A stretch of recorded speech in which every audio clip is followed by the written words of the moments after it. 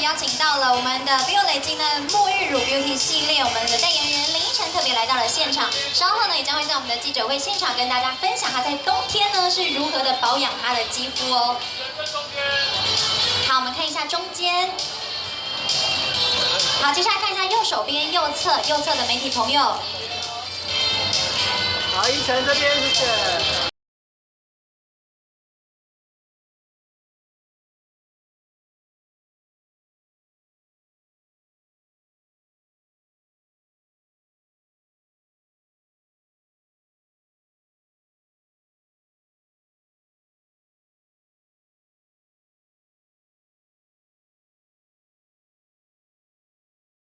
请我们林依晨来到活动现场，欢迎！你好，来，我们请工作人员帮我们递上我们的麦克风，让依晨可以跟现场的好朋友们打个招呼。Hello， 各位现场的朋友们、媒体朋友们，还有主持人 Jessica， 你好。你好，是的，我们今天依晨穿的女神装来到了我们的现场喽。那大家呢，其实像依晨平常呢，这个拍戏很忙，工作也蛮忙碌的，而且作息呢，其实应该蛮常是不正常的状况，对不对？但是大家有发现吗？依晨的皮肤状况非常的好，这是为什么呢？可不可以跟大家分享一下你的秘诀？其实今天在会场就已经感受到微微的凉意了，毕竟已经入秋了嘛。那可是的确就是觉得自己肌肤没有好像干燥紧绷的感觉。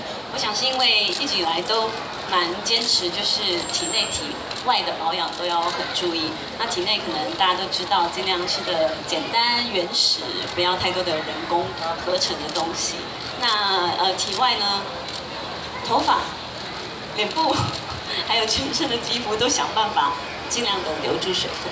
哦，尽量的，我们全身的肌肤都有注意到，就对，不管是头发啦、脸部，还是我们身上的肌肤。但是呢，这个时候大家就可能会想问了，因为像在冬天的时候，像主持人会有这个冬天手肘啦、膝盖都会有这个脱皮的困扰。但是呢，还好，对不对？因为我刚刚有偷用沐浴乳。好，来看到，但是呢，刚刚呢，其实我有偷偷看我们依晨的手肘保养的也很好。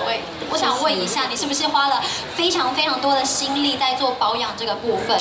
其实还好没有因为我自己本身其实没有那么常做去角质或者什么大工程的全身保养，反而是就是平常我觉得养成习惯，你选对了产品，然后持之以恒的使用，它其实就会有很明显的滋润的效果。像有些人可能觉得，保养让肌肤保湿是不是在要多抹乳液之类的，但其实可以提前到沐浴这个程序就开始使用保湿型产品。